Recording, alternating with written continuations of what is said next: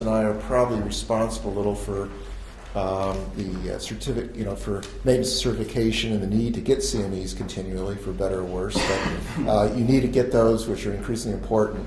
The evaluation link will be emailed to you on Friday. Please, for resident and lecture evaluations, fill that out. We do modify every year the best professorship based on comments of the audience, and this year is no exception.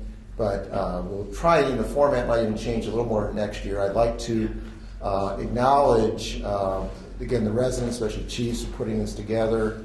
And this year there's something new.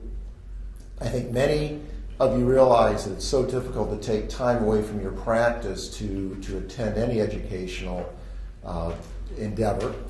And so what I decided to do, I got this idea when I was at Darden, some of the courses, is we're doing a webcast of this. It'll be archived in case some of us fall asleep, which hopefully won't happen, or in case you have to leave early. But not only be archived, but it's webcast live, so that our alumni got an email yesterday, and all urologists in the state of Virginia regarding the presentation. So they actually could write in, type in questions for either the residents or a visiting professor.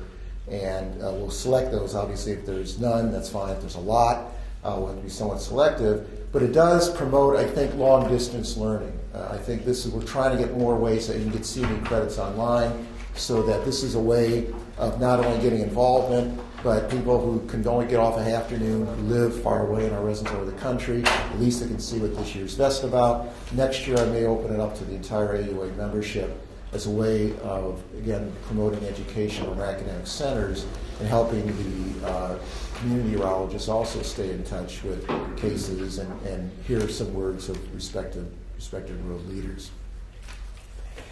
Again, bathrooms they're down the hall to the right. Many of you know we'll have some breaks. ID in for those of you attending dinner tonight. The directions and maps are on the registration table for attendance.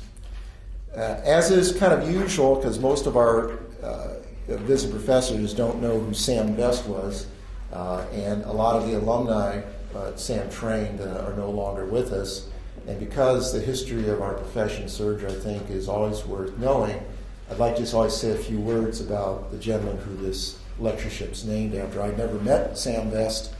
Obviously, he died in 1958, only 3 years after I was born, so that was not probably good. That I would meet him. But in essence, Sam came to us by way of North Carolina at Hall River. I know Preston's familiar where Hall River, North Carolina is. He graduated from Duke and Johns Hopkins, where he earned his medical degree in 1930. He had extensive training, as is our visiting professor this year, Dr. Albertson at Johns Hopkins, under Hugh Hampton Young. And for those who want to see Dr. Young's book in my office, it's autographed by Dr. Young.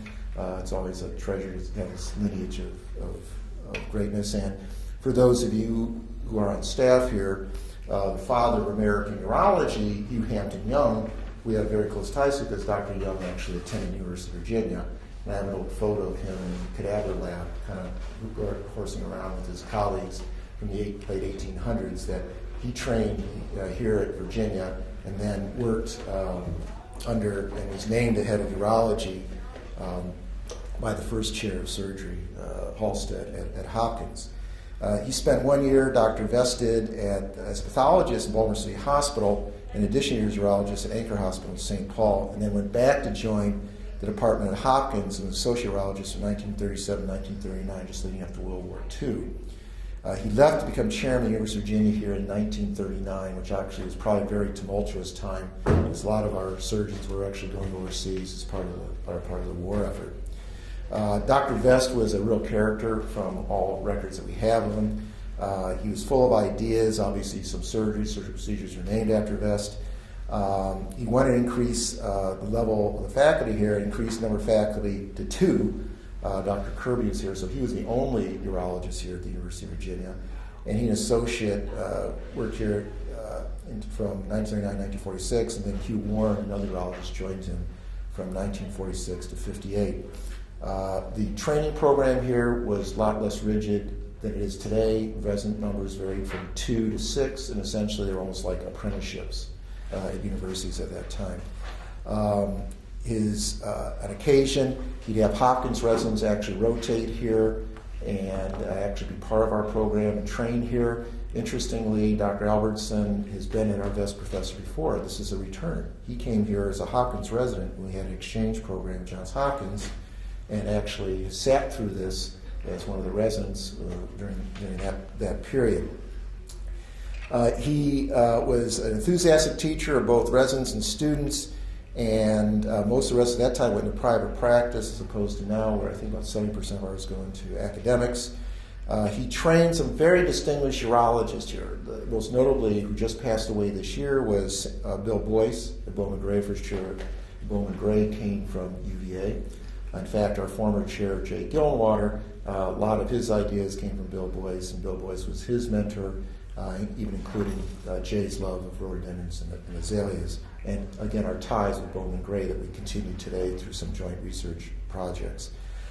He also trained Pat Devine for Eastern Virginia. Came out of our program, Sam Train. He was very innovative for techniques, as well as in endocrinology and acid-base neurodynamics. The Boyce Vest operation for bladder exstrophy he developed and was very well published at that time. He devised vest sutures and traction sutures for during pelvic fractures to reapproximate the pelvic floor. He was a member of very prestigious societies and GU surgeons, clinical society, and was a guest professor. He was a great sense of humor and played pranks, something that I don't do. I'm sorry. My sense of humor is nowhere near what his supposedly was. He would read extensively outside his field. He became a close friend of the football coach at UVA and actually was an assistant coach here. He would play baseball with the medical students here and wear yellow tennis shoes as befitting a urologist. He again had 4 children. He died in 1958. So that's just a little history for those who come through here about Sam West. Now our distinguished professor this year comes to us from Connecticut. As I mentioned, he has had a very illustrious career. I've known Dr. Albertson since for many, many years. I've been visiting Professor of Connecticut. We served together on the board of urology, and he and his wife Pam were delighted. They come to this beautiful springtime, although raining, in Charlottesville. If you would have come 2 weeks ago, it would have been still winter. So I think at least we have a nice spring day for him. He graduated from Princeton cum laude, got his MD at Columbia University, and then a degree in medical administration from Wisconsin. He did general surgery at Harvard, then was at New England Deaconess, and then went to the Brady Urologic Institute and trained at Johns Hopkins.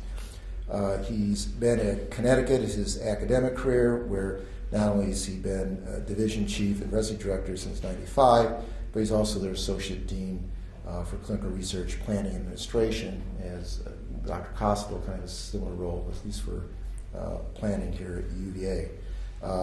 Again, he has published extensively on outcomes research. He was one of the first in American urology to really stress outcomes research and the rigors to what we do, which has become obviously a very hot topic in medicine and surgery. And I think Peter really was at the forefront before anybody else was talking about this, using the database at Connecticut and actually using data rather than anecdote to guide medical decision making. I think that'll be the kind of major theme, one of the themes of his topics.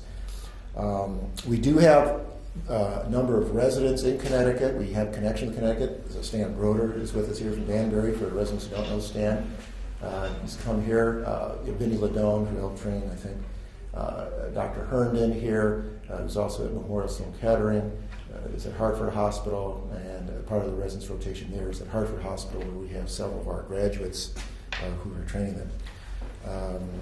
Okay, for a pop quiz for our residents, this picture's been in the Blue Room for a number of years. Who is this? Who is Dr. Walczak?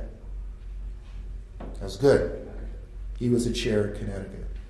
So Dr. Walczak, after being here for only a couple of years, he was here before Jay Gillenwater, worked with Art Weicker, and then Dr. Walczak went to Creighton, and then for 14 years was chairman at Connecticut. So we do have this Northeast Connecticut connection today. But again, I'd like to thank Dr. Albertson for coming, and all of you.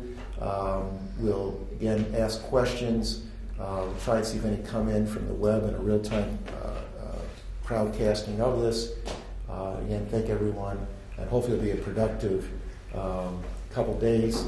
Dr. Albertson will be leaving us tomorrow afternoon, but just thank him and Pam for joining us. So with that, it's the end of my comments, and it's the resident show from here. Thank you.